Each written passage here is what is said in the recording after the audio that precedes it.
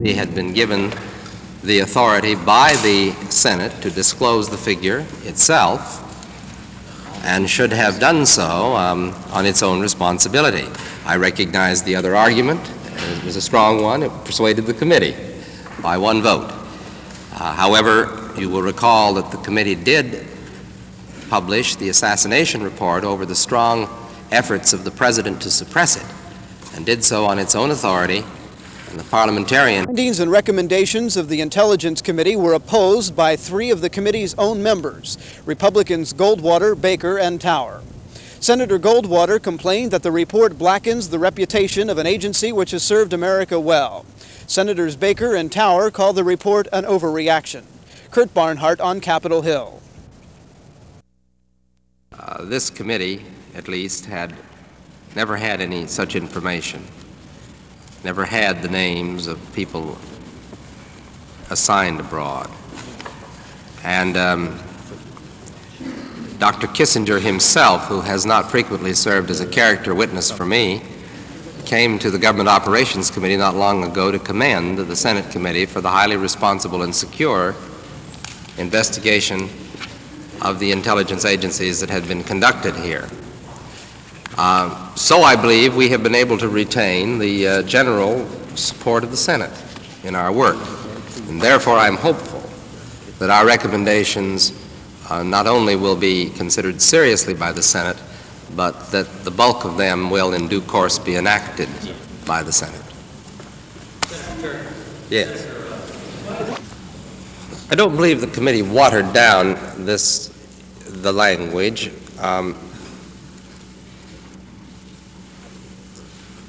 I think that as a result of a direct appeal that was made to us, we thought it best to change some of the wording.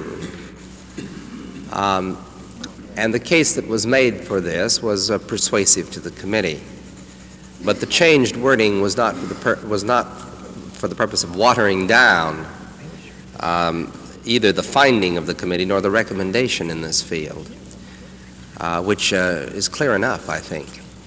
But I would like Senator Huddleston to was made in the additional views to help demonstrate the dilemma that a committee is in, which is supposed to handle matters in secret. We ran into these issues. Well, the Attorney General is the chief law enforcement officer of the government, and we think, therefore, that he belongs on the National Security Council in the light of the findings of the committee of the many illegal activities of these agencies, which are generally governed by the National Security Council. That is, they operate under the aegis of the National Security Council.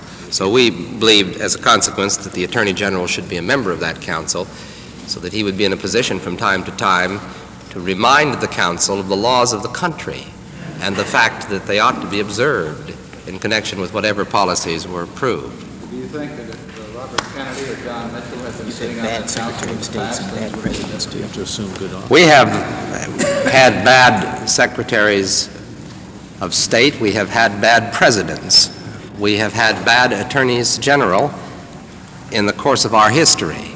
Without singling anyone out and indicting him for being a bad attorney general, I think we just must assume that in the long course of the years, the men who are appointed to that post will endeavor to live up to their responsibilities. And a good attorney general, mindful of the importance of the law and its supremacy if our society is to remain free, that is a matter that has been really the subject of the investigation of the multinational subcommittee that I head up, which has been solely accountable, I think, thus far, for all of the revelations of bribery and payoffs of the big companies, particularly the munitions companies and the oil companies in connection with their contracts overseas. We have nothing to add in this report to the revelations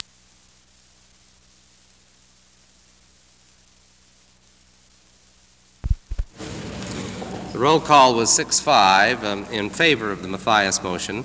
Those senators voting in favor of referring the matter of publication of the aggregate figure appropriated for intelligence to the Senate were the following members of the committee: Mr. Tower, Mr. Hart of Michigan, Mr. Baker, Mr. Goldwater, Mr. Mathias, Mr. Schweiker.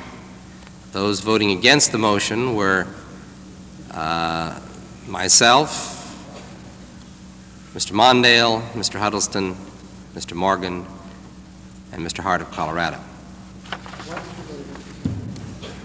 That prior experience with the CIA is clearly required by ambassadors assigned to important countries, but to make no specific recommendations senatorial.